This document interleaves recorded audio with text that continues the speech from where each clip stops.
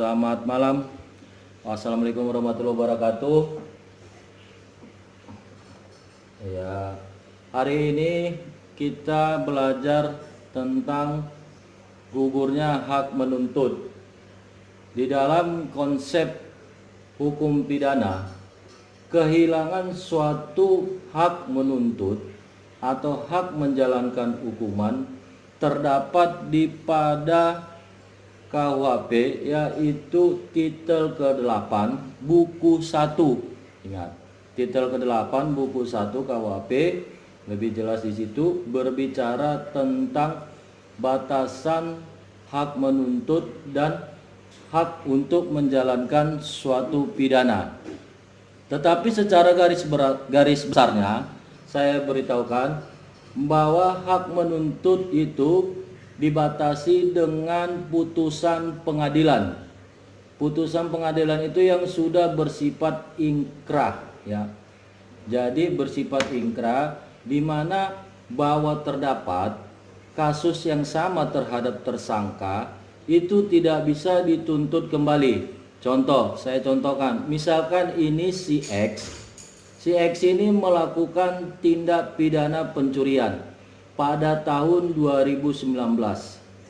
Divonis pada tahun 2020 Januari.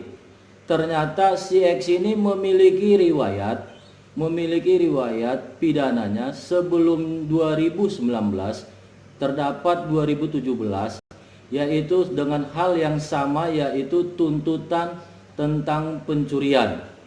Tetapi ketika itu kasus itu bangkit pada saat diproses pengadilan, maka itu tidak dapat dituntut kembali pada tahun 2017 tadi. Nah, misalnya dia melakukannya 2017, 2019 dia melakukannya, tapi vonisnya terdapat pada tahun 2019. Ya.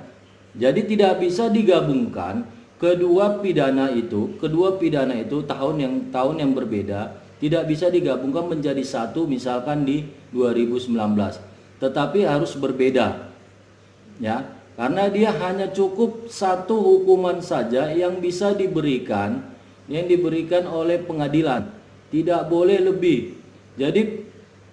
Jadi kalau yang sebelumnya 2017 tadi tidak bisa dituntut lagi pidananya. Tapi pada tahun 2019 inilah kejadiannya yang bisa dituntut secara pidana, itu pun setelah putusan pengadilan, ya.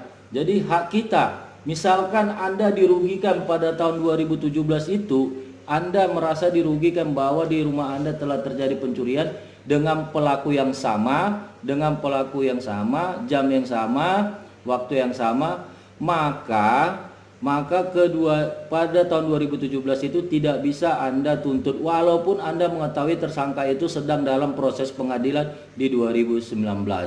Ya, Adi? Ada pertanyaan, Adi? Oh, suaranya menjauh, makin kecil ya. Ini nggak bisa ya? Tes 1 2, sudah bisa? Kedengaran ya? Saya lanjut. Perbuatan yang sudah mendapatkan putusan tetap tadi terdapat di pasal 76 KUHP, ya. Terdapat di, tolong di HP-nya dikecilin, ya. Terdapat di pasal 76 KUHP bahwa seseorang itu hanya boleh dituntut hanya 1 kali masa perbuatan kejahatannya. Tidak boleh 2 kali masa perbuatan kejahatannya, ya. Hanya itu yang boleh dituntut. Selebihnya, sisa dari hukuman dari kejahatan yang dilakukan yang sama adalah dibebaskan dari tuntutan, kecuali dia di dalam tindak pidana khusus, ya. Kalau dia di tindak pidana khusus, dia itu tidak berlaku namanya gugurnya hak menuntut. Kenapa saya katakan berbeda?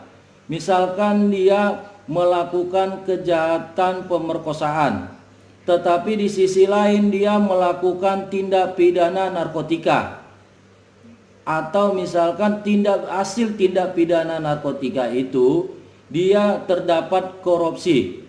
Sebaliknya, saya contohkan dia pemerkosaan, pemerkosaan dihukum secara KUHP-nya. Tapi di dalam delik undang-undang narkotikanya dia tetap bisa dituntut. Kecuali pemerkosaan itu hal yang sama dengan korban yang berbeda, itu tidak bisa dituntut yang sama. Tapi kecuali dia melakukan tindak pidana di luar dari pemerkosaan tadi. Ya, undang-undang khusus berbeda dengan undang-undang KUHP. Nah, hanya bisa dituntut di situ. Oke? Kira-kira sampai di situ ada pertanyaan? Ada pertanyaan? Nah, saya lanjut. Halo, saya lanjut. Iya, di dalam pasal 76 tadi, di dalam ayat kedua, yaitu bahwa dinyatakan di sini kekuatan hukum itu harus benar-benar, putusan kekuatan hukum itu harus benar-benar dibuktikan di pengadilan bahwa dia benar-benar bersalah secara alat bukti yang telah ditentukan di dalam KUHP.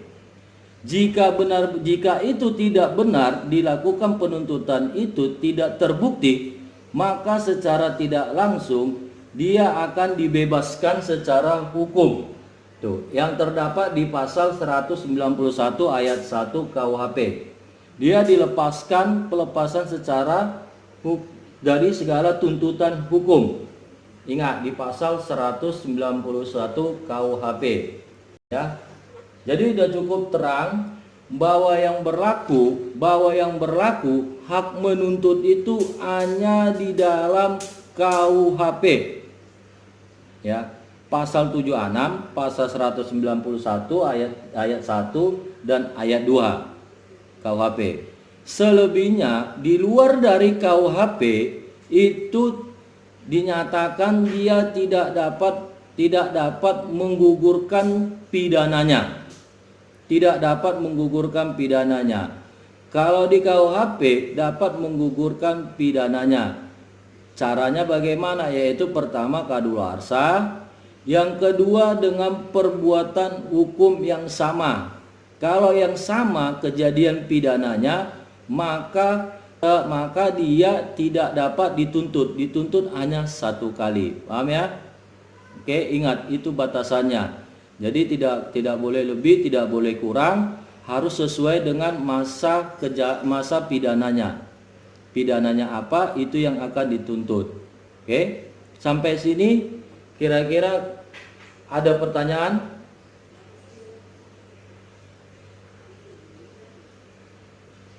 Nanti kalau bahan saya kirim, kalau bahan tetap saya kirim, jangan khawatir kepada rekan-rekan.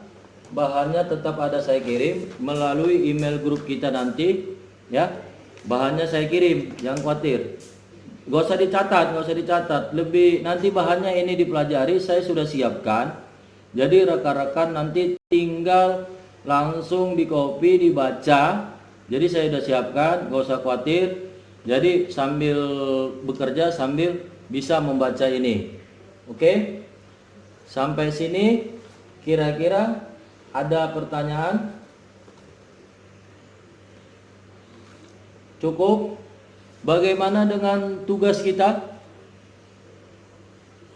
Saya sudah ngasih tugas belum?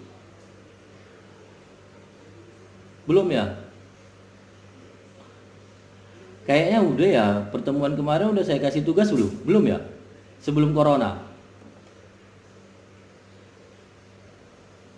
Belum.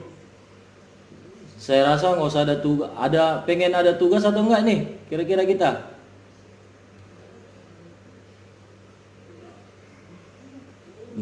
Nah, oke. Pendapat satu, terus fotokopi tutup. Lagi masa krisis ya. Oke. Mega, gimana Mega? Oh, ya udah kalau kayak gitu nggak usah kita adakan tugas.